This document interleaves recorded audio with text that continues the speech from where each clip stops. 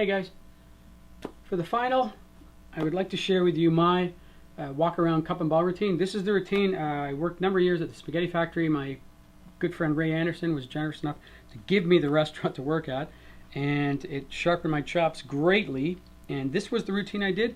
It did not require a close-up. I'm doing it here for the sake of presentation because it's very lovely. But I would do this on the table itself. I find it very portable, very useful, and it's kind of rapid fire, lots of magical moments. And let's get to it. So essentially we start, here we go ladies and gentlemen, cup 1, cup 2, cup 3. Now the purpose of a magic show is to what? Have a ball. So let's do just that. Have a ball.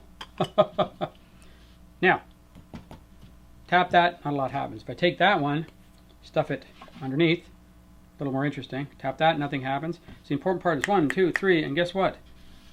Woohoo! Ready to begin. So, ball 1, ball 2, ball 3. So ball number 1, snap with the finger, that's the first to go. Number 2, we will make it go the same way as ball number 1. And number 3, gone. Where'd they go? Back underneath the cups. Woohoo! Alright, so cup 1, cup 2, cup 3. Now, normally, this would be hard to follow as you have 3 eyes and I'm only using 2 of these, so I'll make this a little easier to follow by getting rid of 1 of the balls, leaving us with just 2. Next cup, we'll get rid of that one as well. And middle one, well, we'll get to it in a second. So if we snap our fingers, that will be the first one to make it back. Get rid of that one. If I snap our fingers, that will be the second one to come back. And if I snap my fingers twice, that one will come back 2. Get it? 2. Snap it 3 times, that'll come back 3. But here's the thing, folks. Nobody ever believes I really put them away. So in the pocket they go. Bring them back individually. 1, 2, 3. And when they come back, they change into the weirdest things along the way. Sometimes lemons, sometimes potatoes, sometimes tomatoes. You can never tell until you pick up the cups. 1, 2, and 3. And there you go, ladies and gentlemen. That is my quick walk-around cup and ball routine. All right. So let's get to it. Here's the setup. 1 ball, first cup. 1, 2, 3, cup. 2 of them go into my left pocket, and 1 into my right. All right. From here, all I do is I take the first one, I turn it down. So basically, there's ball number 1, and I turn it at the 3 and 1. From there, we snap our fingers. There's the first ball. Okay. Nothing. I have 3 in this one, and I just kind of turn it quick and place that one down. All right. Tap, whatever you want to say. False transfer. The classic one is I try not to make this too complicated, so I just make it look like I'm grabbing it. So this is pretty much the transfer I use. Here, I let it fall to the fingers and grab. You can French drop and all if you want, but I think, why? Just don't make an issue of it. Just make it the grab, right? You can snap your finger, away you go. So I take that. Mind placing that under the center cup where there's actually 3. Tap that, show nothing. Snap, snap, snap. And there's 3. Okay. As you bring that out, by the way, I bring that out with this hand so I can bring that out, drop my arm, and load that one into the first cup. So when I place these back down, that one's already there, and we have these on top. Okay. First one, there's that false transfer, right? Let my arm drop. Snap my fingers, it goes. A lot of times, and I have a tendency, I prefer to send this flying rather than this tilt. So you probably see when I did the third one here, if you watch the tape again, I did it okay. It's not the way I prefer to do it, but so we can keep the area framed, what I tend to do is toss it high into the air. So if it came out of frame, my apologies. But I find sometimes when I'm doing this, that just looks a little too contrived. Okay. So again, there's the false transfer, snap my finger, it's gone. So basically as I say, I just give it a toss in the air and I catch it. That's my preference. And the last one, a great little gag is, since they've been watching it twice, I always do this. I like to say, watch this one go, no way, no way, no way. And then go, yeah, that's right, no way. And as I turn my hand over, I just bring the other hand underneath and literally steal it out in the gesture of pulling up a sleeve or whatever the case may be. It's now in this hand. I snap my finger and say, look, they've all gone. Other things to say, you say to the spectator, which one would you like to appear under? You know, if they say this one, great. And then I get to use the line, well, you never want the helper to be wrong, because always be sweet to your audience. So I say I didn't take a chance. I put one underneath each. So now you can show empty. You've got the extra one here, empty, and empty. Now, the loading sequence occurs this way.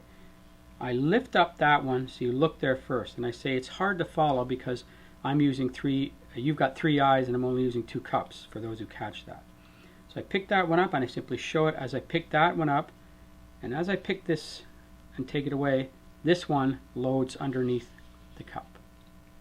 Alright, I drop that into the hand and say I'm going to put one away, make it easy to follow. So I go here, put one away, mime it, I say leaving just 2, and display them.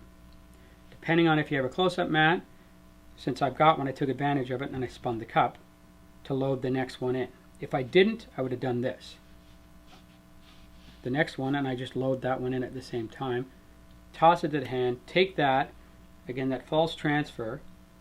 As I'm going to my pocket here, I'm grabbing the first load as I pick up this cup and say we'll get to this one in a second.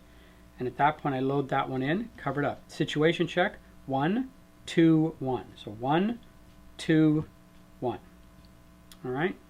I say at this point I snap my finger and that ball reappears. Keep the back of your hand to your audience and that one's loaded in.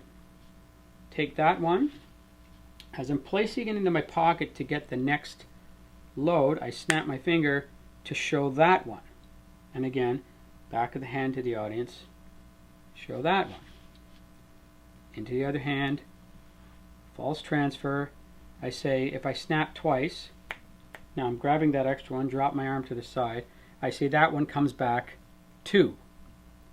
And that's a lame joke, I say 2 as I bring this up, put the third one into the cup, and I place that down.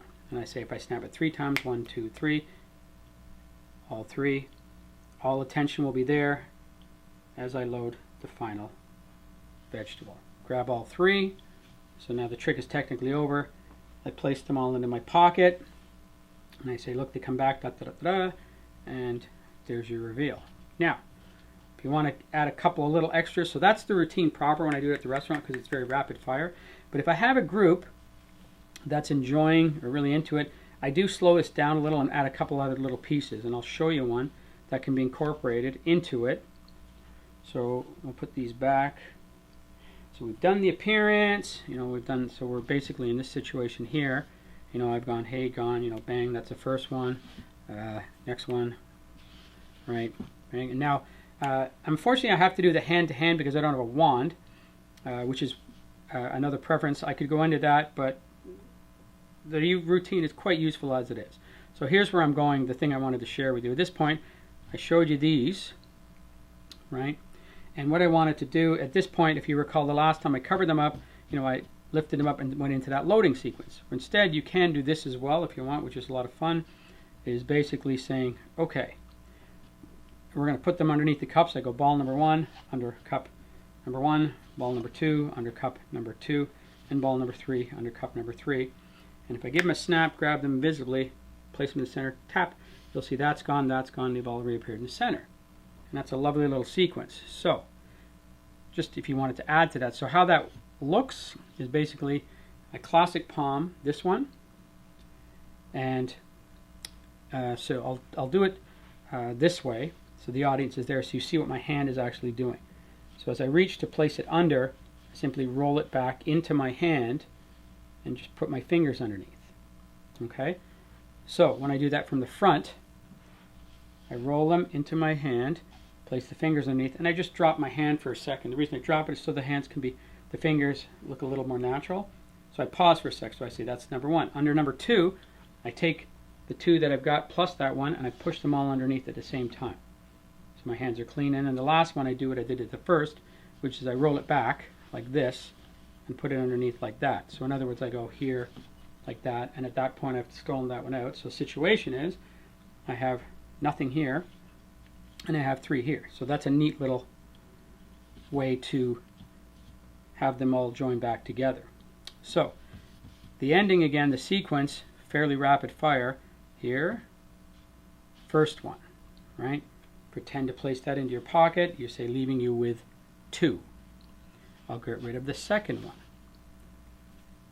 And the middle one, we'll get to it in a second. At that point, I've loaded that one in, and I've already got the first of the final load. Snap my finger.